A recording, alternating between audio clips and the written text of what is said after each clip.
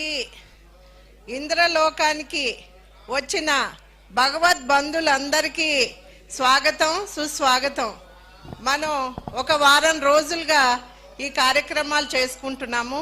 ఇక్కడ వచ్చే వాళ్ళందరూ కూడా రోజు పార్టిసిపేట్ చేసేవాళ్ళే. ఈరోజు ఇంకా సుదినం. ఎందుకు అంటే ఒక చిన్న వయసులోనే దేశం కోసం సన్యాసం స్వీకరించి రాష్ట్రీయ స్వయం సేవకులో ఒక సేవకుడిగా మారి దేశానికి సేవ చేస్తూ వారు 2009లో పరమహంస ప్రజ్ఞానంద భారతీ స్వామి వారి కపిల ఆశ్రమం ఉత్తరాఖండ్లో సన్యాసం స్వీకరించేశారు. తర్వాత వారు highly educated, masters in technology from Mangalore university. And ఈరోజు మోడీ గారు అనుసరిస్తున్న న్యూ టెక్నాలజీస్ అన్నీ కూడా ఫార్ములేషన్ వారు చేతుల మీదుగా జరిగింది. National education policy, hostel management, ఇలాంటివన్నీ కూడా స్వామివారు ఈరోజు భారతదేశం తీసుకోవటం జరిగింది.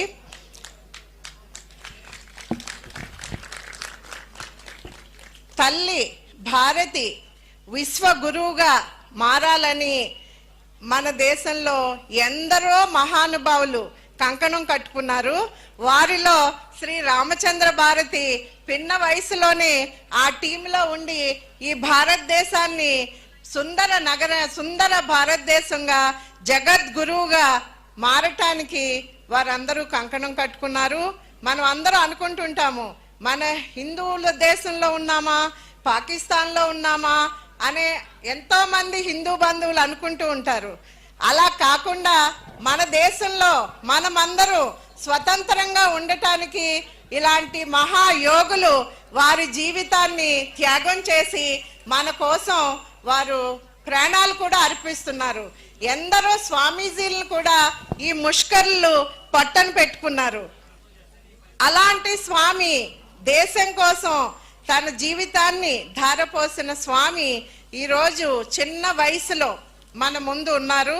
వారి అనుగ్రహ భాషణం విందాము. మనం ఏదో పురాణం కాలక్షేపం చేసేసి వినేసి వెళ్ళిపోయినట్టు కాకుండా ఈ పెద్దవాళ్ళు చెప్పిన మాటలు విని మనం కూడా మన భారతదేశం కోసం స్పందించి ఒక హిందూగా మారాలని నేను అందరినీ కోరుకుంటున్నాను. ఎందుకంటే మనం ఇలాగే ఉండి పర్వాలేదులే మనకేమైంది అని అనుకుంటే మనం దీపం పెట్టుకునే అర్హత కూడా కోల్పోతాం. వాళ్ళు చెప్తారు దీపావళికి కాల్చుకోవద్దు, వినాయక నిమజ్జనం చేయకూడదు, దాంట్లో ఎమర్షన్ చేయకూడదు. ఇలాగా హూ ఆర్ దే? ఎవరు చెప్తారు మనకి? మన పూర్వం ఎన్ని తరతరాల నుంచి మనం ఈ కార్యక్రమాలు చేసుకుంటున్నాం. ఎప్పుడు కూడా ఆ రోజుల్లో పొల్యూషన్ లేదు కదా. ఇప్పుడే కొత్తగా ఎందుకు వచ్చింది? హిందూ మతాన్ని అంతం చేయాలని కొంతమంది కంకణం కట్టుకున్నారు. ఇది ఒక సదవకాశం. ఈ కైలాసం ఒక పక్క కైలాసం జీబీకే రావు గారి కోరిక మేరకు ఈ సుందర నందన వనం తయారైంది. 1000 ఎకరాల్లో ఈ హెర్బల్ ప్లాంట్స్ పెట్టడం అనేది మాటలు కాదు. ఈ రోజుల్లో బిజినెస్ మ్యాన్ అంటే కమర్షియల్ గా ఉంటారు. పెడితే 100 రూపాయలు వస్తాయి అని అనుకుంటారు. కానీ వారు అలా అనుకోలేదు. నేను ఎప్పటి నుంచో తెలుసు, కరోనాలో నాకు ఒక అవకాశం వచ్చింది. అన్నయ్యతో కొన్ని రోజులు కూర్చునే అవకాశం వచ్చినప్పుడు చూశాను, ఇంత వనరులు ఉన్నాయి, దీన్ని దేశం కోసం సద్వినియోగం చేయాలి అని అనుకుని మేమిద్దరం ఏది చేస్తే సమాజానికి ఉపయోగపడుతుంది అని అనుకున్నప్పుడు ఈ సమాజం అంతా ఈరోజు తండ్రితో తల్లి మాట్లాడలేదు, కూతురుతో కొడుకు ఇట్లా కూతురు కొడుకు ఒక చోట మాట్లాడుకోలేని పరిస్థితి. ఏమిటి కారణం? వైరస్. మాట్లాడితే వైరస్ వస్తుంది, ముక్కుకి మూతికి గుడ్లు కట్టుకోవాలి. ఏమిటి పరిస్థితి? ఇదంతా కూడా మనం సృష్టించుకున్న పరిస్థితి. ఇంకోటి కాదు. మన జీవన విధానం పూర్వీకులు మనకి ఎలా నిర్దేశించారో అలాగ మన జీవన విధానం ఉంటే మనం ఈ కప్పుకునే పరిస్థితి ఉండదు, మన కుటుంబ సభ్యులకి దూరంగా వెళ్ళవలసిన పరిస్థితి అసలే ఉండదు.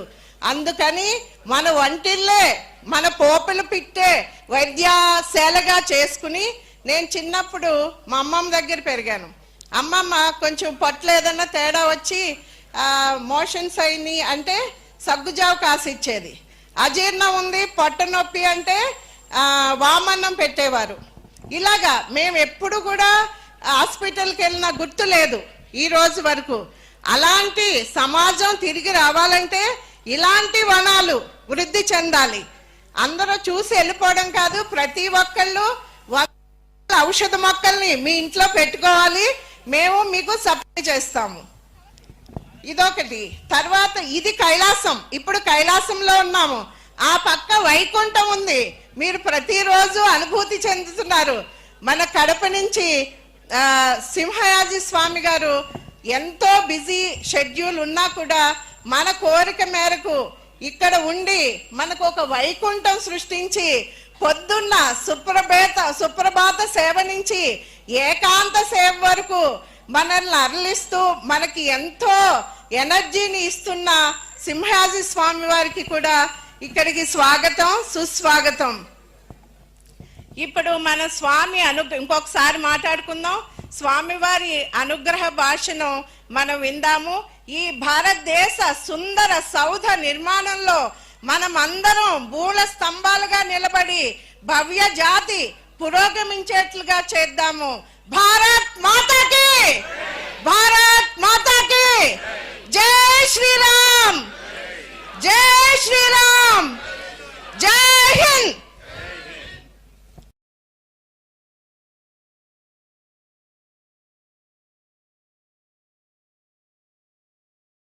लेके चलो, मुक्ति में लेके चलो, मुक्ति में लेके चलो। इसमें अंतिम में वेदव्यास ने उत्तर देते हैं उसको, नाम संकीर्तनम यस्य। नाम संकीर्तन करना है, कहां करना है? चार लोग मिलने के समय नहीं, हर समय मन में, हर समय मंदिर में, हर समय हर जगह में जब हम निरंतर भगवान की नाम संकीर्तन करते हैं तब हमको मुक्ति मिल जाते हैं। तो कौन सी भगवान को प्रार्थना करें? ये बहुत बड़ी समस्या है। शिव भगवान कब हो गई? मृत्यु के बाद में। तो जन्म लेने के समय में सृष्टि तो ब्रह्म से हुआ है। सृष्टि, स्थिति, लय। लय में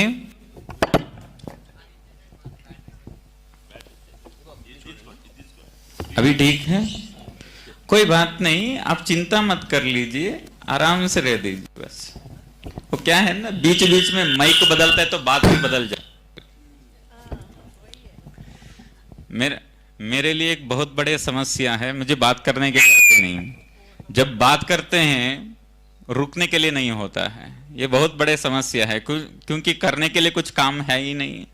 पहले तो कंप्यूटर के सामने बैठते थे 3-3 घंटे 4-4 घंटा, तो उसी के सामने बैठते थे, तो ऑफिस में बोलते थे कि स्वाइप करके निकल जाओ क्योंकि ज्यादा पैसा नहीं मिलेगा। तो पैसा का पीछे भागते भागते भागते अभी बिना पैसे भागने का ट्राई कर रहा हूं। मैं कहां था, मैंने बोल गए। तो कौन सी भगवान, सही है, बहुत बड़े धन्यवाद आपको। तो मृत्यु के बाद में, मृत्यु का पहले स्थिति कुछ नहीं। आपके मन के लिए जो संतुष्ट देने का भगवान रहता है, उसको दिन में हमको टीवी देखने के लिए, न्यूज़ देखने के लिए तो कितना समय भी मिल जाते हैं। अगर सीरियल देखना है तो हमको घंटों मिल जाते हैं। अगर कुछ किसी के ऊपर बुराई बोलना है तब भी हमको समय मिल जाते हैं। लेकिन मंदिर में जाके 5 मिनट बैठने के लिए हमारे पास में समय ही नहीं मिल रहे हैं, और हम बोलते हैं कि हमको देश को बचाना है, बोलते हैं कि बच्चे के ऊपर संस्कार नहीं है। हम खुद ही नहीं बैठ रहे हैं तो हम इनको कहां से बोले। तो मुझे एक कहानी याद आता है, संस्कृति के संस्कार के और संस्कृत को लेकर मुझे एक छोटी सी कहानी याद आता है। ये जीवित काल की एक कहानी है, अभी का ही है, ये पुराने के जमाने का नहीं बोल रहा हूं मैं। मेरा भाषा समझ में चल रहे हैं ना?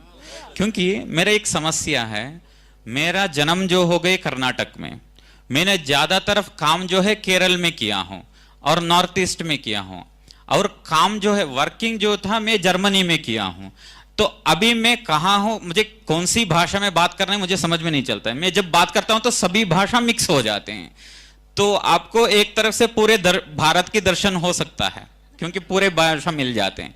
जैसे यहां आने के समय भी हमको, आने के समय में चंटी यहीं पे, तो वो हमको लेके आ रहे थे, तो उन्होंने बोले कि यहाँ ये पेड़ है वो पेड़ है, तो सब पेड़ के बारे में बोल रहे थे। तो मैंने बता दिया कि अभी पूरे भारत घूमने का जरूरत नहीं, इनका पूरे एक बार रिजॉर्ट घूम लो सभी हो जाएगा। तो एक छोटे से लड़का था, बहुत गरीबी घर में उसका पैदा होता है। तो होने के बाद में उनके पिता बोलते रहते हैं कि कुछ भी चीजों को पूछते हैं तो वो बोलते हैं कि पैसा नहीं है, पैसा नहीं है, पैसा नहीं। बहुत गरीबी लड़का है। तो वो दिमाग में आता है कि उसको कि कोई भी तरीके में बहुत अच्छे से पैसा कमाने का एक जॉब को ज्वाइन करना है। तो लड़का ने पढ़ाई किया, पढ़ाई करके अच्छे से स्कोर लिया। स्कोर करने के बाद में एक बहुत अच्छे काम भी मिल गए उसको, काम करते रहा। तो भगवान ने क्या किया, उसको पैसा को अनुभव करने के लिए एक समय भी नहीं दिए, उसको उसके खून के अंदर एक छोटी सी कैंसर बोलने का एक चीजें इसके अंदर डाल दिया। तो बच्चा कैसे जी सकते हैं? पैसा आ रहे हैं एक तरफ से, दूसरी तरफ से पैसा जा रहे हैं। तो कहां बहुत अच्छे मेडिसिन दे सकते हैं, मेडिसिन के पीछे भागने लगा। भागते भागते भागते कहां कहां गए पता नहीं। अंतिम में मुंबई में एक टाटा मेमोरियल का बहुत बड़े कैंसर रिसर्च सेंटर है, वहां जाता है लड़का। वहां जाने के बाद में बोलते हैं कि डॉक्टर बोलते हैं कि ज्यादा से ज्यादा 2 साल जी सकते हैं, इससे ज्यादा नहीं। बैंक में करोड़ों पैसे हैं, लेकिन जीने का मन है, अनुभव करने के लिए एक भी समय बिताना ही। देखिए भगवान कैसा खेल खेलते हैं। पैसे दिया तो भगवान ही, जॉब दिलवाया भगवान ही, लेकिन निकाल रहे वही आदमी। तो भगवान को ज्यादा उम्मीद मत रख लिए फिर। तो ये पैसा निकलते गए, तो ये बहुत डिप्रेशन में एक लड़का बैठा था। तो एक कोई संत आ गई उनके पास में, सन्यासी लोग, और उन्होंने बता दिया कि उनसे लड़का से पूछ लिया, उसको क्या दिव्य ज्ञान हो गए पता नहीं, लेकिन उस लड़का से पूछ लिया मुंबई में, अरे बच्चा तुमको जीना है क्या? तो ये हैरान हो गई, ये मरने की अवस्था में है और एक आकर बोलते हैं कि तू जिंदा रहना है क्या? तो ये हाँ बोल दिया। तो हाँ बोलने के समय तुरंत बोल दिया कि ठीक है, तुम पंचगव्य का चिकित्सा कर लो, तू जिएगा। तो पंचगव्य का मतलब क्या है इस लड़का को पता नहीं। तो कहां से मिलता है, कहां से मिलता है, ये ढूंढ ढूंढ कर गए, राजस्थान में पहुंच गए। राजस्थान में एक जगह है पतमेड़ा बोलकर, तो वहां लगभग लाखों में गाय है, वहां 8 लाख के पास में गाय पालते हैं वो। एक ही ब्रीड है, कॉन्क्रेज ब्रीड का। तो वहां जाता है, वहां गए तो पूछ लिया इन्होंने, वहां की संत से पूछ लिया, मुझे जीना है तो क्या है, मुझे कैंसर है तो क्या करें? तो कल सुबह से गौसेवा में लगा लो, गौसेवा में लगा लो। तो गौसेवा करेंगे, कैसा करेंगे? सुबह आ जाओ, खाली पेट में आ जाओ। तो खाली पेट में गए, सुबह वो क्या गोमूत्र अर्क देते थे, उसको पीते थे, और गायों को गोबर उठाते थे पूरे दिन, और कुछ नहीं करता था। सुबह और शाम को गोमूत्र में स्नान करना है और गोमूत्र को पीना है, बस। इसको 6 महीने करवाया। 6 महीने के करने के बाद में इसको दिमाग में आ गया कि अच्छा अभी एक बार जाके टेस्ट करना है, क्योंकि 6 महीने में एक एक बार टेस्ट करते रहना है कैंसर के लिए। तो वहां गए, टेस्ट करने के समय में डॉक्टर ने बोल दिया है कि अभी थोड़ा बेटर आ रहे हैं। तो वहां जाता है लड़का को टेंशन हो गई, या डॉक्टर के दवाई चल रही है या मेरा चला रहे हैं, उसको पता नहीं होगी, वो कंफ्यूजन में है। लेकिन जो पढ़ाई करते हैं वो लोग जाकर कोई भी अंग्रेजी डॉक्टर से बोलेंगे कि एमबीबीएस जो भी पढ़ाई करते हैं उनसे बोलेंगे कि पंचगव्य चिकित्सा या आयुर्वेद की बात बोलते हैं तो वो बुराई करेगा। वो एक ही बात बोलते हैं, अभी कर लीजिए लेकिन मरने के समय में मेरे पास में मत आइए। वो डरा देते हैं हमको, इतना डरा देते हैं कि वो तुरंत अभी मर जाएंगे, वैसे बात करते हैं। तो ये लड़का भी बताया नहीं उनको।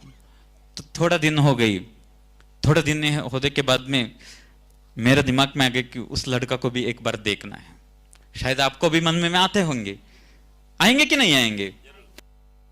तो मैंने सोचा कि मैं उसको देख लूं। देखने के सामने मैं बोल सकता हूं, दिसंबर की 21वीं तारीख के दिन हैदराबाद में प्रगति रिजॉर्ट में बैठा हूं, वही लड़का। तो 2004 में मुझे कैंसर था। आज भी अगर आप जाके टेस्ट करते हैं तो कैंसर निकलेगा, लेकिन मैं टेस्ट नहीं करता हूं। कर दे तो वो जितना आप टेस्ट करते हैं उतना प्रॉब्लम क्रिएट होता है, इसीलिए आप टेस्ट नहीं करते। लेकिन मैं आपको उदाहरण इसीलिए दे रहा हूं कि हमारे संस्कृति में कितने अच्छे अच्छे व्यवस्था है, उसको छोड़कर हम क्यों अंग्रेजी के पीछे भाग रहे हैं। अभी इतना लोग बिना मास्क ही पहन रहे हैं। तो मास्क पहनने से कभी कभी सांस लेने के लिए दिक्कत होता है, मास्क छोड़ देते ठीक रहेगा। लेकिन अभी इतना सारा रिसर्च उसके ऊपर कर रहे हैं। एक मौका आयुर्वेद को दे दीजिए, एक मौका आयुर्वेद को दे दीजिए, एक मौका वेद को दे दीजिए, एक मौका शास्त्र को दे दीजिए। क्यों नहीं देते हैं? क्योंकि इसके अंदर इतना बड़ा लॉबी बैठा हुआ है, माफिया। तो ये सभी माफिया को उठा के हमारा देश की संस्कृति को बचाने के लिए एक ही रास्ता है, आदमी खड़े होना है, अपने आप अंदर से खड़े होना है। वो काम करेगा, ये काम करेगा, सिमयाजी स्वामी जी कर लेंगे या रामचंद्र स्वामी जी करेंगे। ये हिंदुत्व ये जो है वो मेरा आस्ति नहीं है, मेरा संपत्ति नहीं है। वो भारत में जन्म लिया हुआ हर एक आदमी का जिम्मेदारी है अपना संस्कार को बचाने का। जब तक अपने खुद के आदमी अपना संस्कार को बचते नहीं, तब तक हम किसी को दूषण कभी नहीं बोल सकते हैं। हम जब बोल सकते हैं हम सही हैं। मैं इसीलिए बोलता हूं, मैं आशीर्वचन नहीं दे सकता हूं क्योंकि मैं 100% प्योर नहीं हूं। मेरा में भी काफी गलतियां हैं, मैं भी करता हूं, लेकिन मैं बोल सकता हूं आपको ऐसा कर लीजिए, क्योंकि करने से हमको जो परिवर्तन मिल जाते हैं इस दुनिया में, हमारे बोलकर कोई भी नहीं। मुझे तब मेरा माता जी जो है, मैं जब संन्यास ले रहा था एक ही बात बोले थे मेरे से। मैं जाना उनको मन नहीं था बिल्कुल, फिर भी वो बिना मन ही बोल दी मुझे, जाना है तो जाओ कोई बात नहीं। लेकिन जाने के बाद में, एक बार जाने के बाद में अगर हिंदुत्व का नष्ट होता है, पूर्ण नष्ट होता है, तो तुम मरने के बाद में होता है तो मुझे खुशी हो सकता है। मतलब वो मुझे सिखाई कि चाहे जान दे दो लेकिन हिंदुत्व को न छोड़ना। ये एक मां बोल रहे हैं, मेरी मां नहीं बोले थी। लेकिन आज तक मैं जो भाग रहा हूं इसी बात पे भाग रहा हूं। मैं आज यहां आने के लिए मेरे पास में बिल्कुल समय नहीं थे। परसों से स्वामी जी भी मुझे बुला रहे हैं, रात भर फोन करके पूछ रहे हैं। तो परसों मुझे स्वामी जी ने बहुत गुस्से से बोल दिया मुझे, कब आ जाएंगे बता दीजिए। तो मैंने बोल दिया कि कल आ जाऊंगा स्वामी जी। तो स्वामी जी को यकीन नहीं हो गई, वो मेरे से टिकट पूछे कब आज रहे बताइए। तो ये वैदिक कार्य जो है, मैं जो बोलता हूं इसमें से वैज्ञानिक कभी हम ढूंढना नहीं, क्योंकि वैज्ञानिक लोग इसी में ढूंढ रहे हैं, तो इसमें वैज्ञानिक कभी नहीं ढूंढना है। हमारे संस्कृति ही यही है, हर दिन हर घर में अग्नि कार्य होना ही है, गैस स्टोव नहीं, अग्नि कार्य ही होना है। हर दिन हर घर में दिया जलाना ही है, हर दिन हर घर में तुलसी को प्रदक्षिण करना ही है, वही है हमारे संस्कार। बाकी सब जो भी है वो सब व्यापार है, व्यापार है। वो व्यापार हमको नहीं चाहिए। हमारा देश को बचाना है, तो देश को बचाना है तो पहले संस्कार को बचाना है। संस्कार को बचाना है तो जीन्स पैंट टी शर्ट को छोड़ना जरूरी पड़ेगा। जीन्स पैंट टी शर्ट को छोड़ना है, और जो एक सुंदर सा हमको चेहरा दिया है भगवान ने, वो जब अति सुंदर होता है उसमें एक छोटी सी तिलक आ जाते हैं, तो हर दिन जो है आदमी तिलक डालना जरूरी है। वही है हमारे संस्कार। कितना अच्छा अच्छा हमारे कपड़े हैं, तो अब हम पहनते नहीं। इसीलिए शंकराचार्य ने एक बात बोलते हैं, जटिलो मुंडी लुंछित केशः काशायान्बर बहुकृत वेशः। हम बहुत अच्छे से हमारे सिर को सब हम डिजाइन करते करते चलते हैं। अभी नया नया स्टाइल आ गए, ऊपर ऊपर सब कड़े हो जाते हैं, हाँ स्पाइक्स स्पाइक्स। तो ये सब करते हैं क्यों? हम खुद ही को देखने के लिए नहीं, किसी को दिखाने के लिए हम करते हैं। हमारे के लिए हम कुछ नहीं करते हैं। अगर आप 3 घंटे आईना के सामने, मिरर के सामने बैठ के आप जितना भी सुंदर हो, जितना भी साड़ी पहन लीजिए, चेन पहन लीजिए, देख लीजिए, आपको कमी ही दिखाएगा। कभी ये नहीं बोलेंगे कि ये ठीक है, वो कभी दिखाएगा। लेकिन किसी दूसरों को दिखाने के लिए हम अच्छा बनाते हैं। तो हमारे जीवन सब जो है दूसरों को खुशी करने के लिए जा रहे हैं, अपना खुशी के लिए क्या कर रहे हैं? कुछ नहीं कर रहे हैं। जो आदमी सामने वाला खुशी हो से हमको खुशी थोड़ी मिल रहे हैं, हमको बिल्कुल नहीं मिल रहे हैं। ये सब क्यों कर रहे हैं? सब पेट भरवाने के लिए। हम, मेरे पास में सब है, मैं खुशी हूं, दिखाने के लिए करते हैं, लेकिन देखने के लिए तो उसके पास में कुछ है ही नहीं। इसीलिए हम क्या करना है, इसीलिए उसी में आगे बोलते हैं भगवान शंकराचार्य जी ने बोलते हैं, प्राणायामम प्रत्याहारम नित्यानित्य विवेक विचारम जाप्य समेत समाधि विधानम कुरुववधानम महदवधानम। हम खाते हैं रोग आने के लिए, तीनों समय खाते हैं। वो खाने के लिए हमको लिमिटेशन भी नहीं, जो सामान मिलता है वो सब खाते रहते हैं। क्यों? बीमार लाना है, डॉक्टर को पैसा देना है, उसी में से हमको शांति मिल जाते हैं। तो जितना चाहिए उतना खा लीजिए। प्राणायामम प्रत्याहारम, आपकी जो कंसंट्रेशन है उसको लाने के लिए जितना चाहिए उतना ही खा लीजिए। नित्यानित्य विवेक विचारम, हर समय अच्छे के विचार कर लीजिए। जाप्य समेत समाधि विधानम, जप करना है कैसे करना है? समाधि में जाने के जैसे करना है, यहां रहने के नहीं से नहीं, समाधि में जाने के जैसे। कुरुवधानम महदवधानम, वही है भगवान को देने के सबसे बड़े ध्यान, अवधूत सब कुछ वही है। तो जप करना, नित्य अनुष्ठान करना। तो अभी भी यहां वैदिक कार्य चल रहे, तो यहां जो भी लोग बैठे हैं, अच्छा सभी मुक्ति के आसपास में जो लोग हैं वही बैठे हैं, अच्छा बात है। तो आप जप कर सकते हैं, कोई बात नहीं। मतलब आप एज हो गए ना, इसीलिए बोल रहा हूं और कुछ नहीं। अब चिंता मत कर लीजिए, मुझे भी एज हो चुका है, मैं दिखता हूं बस छोटे बस। तो सब मिलकर एक बार छोटी सी जुगलबंदी करेंगे। आपको एक होमवर्क देता हूं मैं अभी। मोबाइल गिबाइल सब नीचे रख लीजिए, पर्स गिर से तो भी वो भी नीचे रख लीजिए, क्योंकि पूरे कैमरा लगा हुआ है, कोई आपके पर्स नहीं उठा के लेके चलेगा, क्योंकि यहां भगत लोग ही है। तो सब लोगों में मैं निवेदन करता हूं कि आप सिर्फ विठ्ठल विठ्ठल बोलते रहना है, विठ्ठल विठ्ठल विठ्ठल विठ्ठल। तो आपको दिशा को बदलने के लिए मैं बीच बीच में नाम को बदलने के लिए मैं सोचता हूं, लेकिन आप हिलना नहीं, आप एक ही बात में खड़े होना है। कौन सी बात है? मुझे आवाज कम आ रहे हैं। विठल विठल। माइक नहीं चाहिए मुझे, वैसे ही चाहिए। मैं अकेले बोल रहा हूं, तो आप सब लोग हैं, तो सब लोग में मिलकर बोलते हैं तो बहुत अच्छे से सुर आ सकता है। देख लेंगे एक बार। तो आपके होमवर्क क्या है, वो क्या बोलना है? तो मैं नाम बदलते बदलते चलता हूं, चाहे एक नाम भी बोलते रहता हूं, लेकिन आपके नाम आप क्या बोलते रहना है। लेकिन बोलने के समय में ऐसा नहीं बोलना है, ताल को मिलाते मिलाते बोलना है। तो ताल को कैसे मिलना है? एक एक सब मिलकर बजाना है।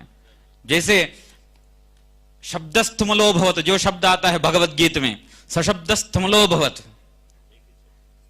तो जैसे पांडव और कौरव के बीच में जब युद्ध हो रहे थे, तो जो नगाड़ा और शंख को बजा रहे थे, तो पांडव की एक सुश्रुता में चले गई और कौरव के जैसे थे सशब्दस्थमलो भवत, जैसे खान को आंखें टक्कर मारने के जैसे, मतलब बहुत गंदे से लग रहे थे। तो ऐसा नहीं लगना है। ताल कैसे होना है? एक ही लगाना है। हम सब मिलकर ताल बजाएंगे, लेकिन हमारा ताल का सुर एक ही है।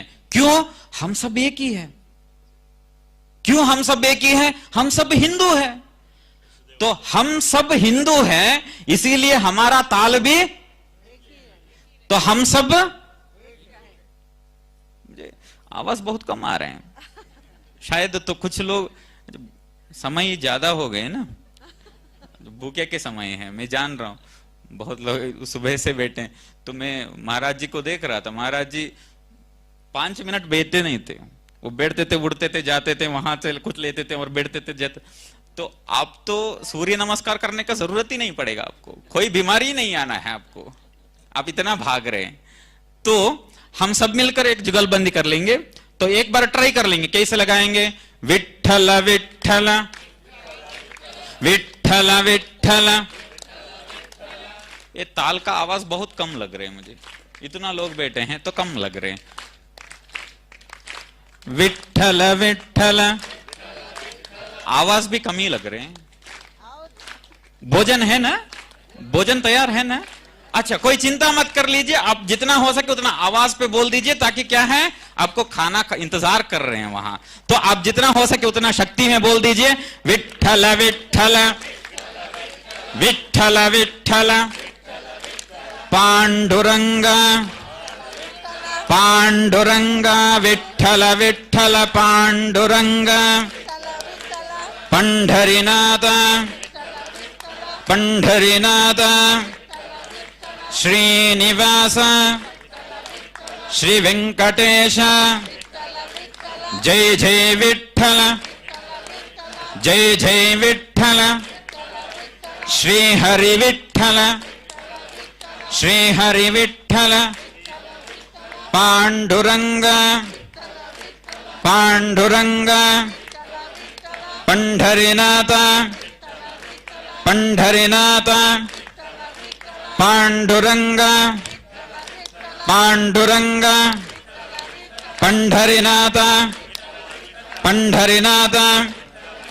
पांडुरंग पंढरीनाथ पंढरीनाथ पांडुरंग पांडुरंग पांडुरंग पंढरीनाथ पंढरीनाथ पांडुरंग पांडुरंग पंढरीनाथ पंढरीनाथ पंढरीनाथ श्रीनिवास श्री वेंकटेश श्री वेंकटेश श्रीनिवास पांडुरंग पांडुरंग पांडुरंग पांडुरंग पांडुरंग पांडुरंग पांडुरंग पांडुरंग पांडुरंग पांडुरंग पांडुरंग पंढरीनाथ पांडुरंग पंढरीनाथ पांडुरंग पंढरीनाथ पांडुरंग पंढरीनाथ।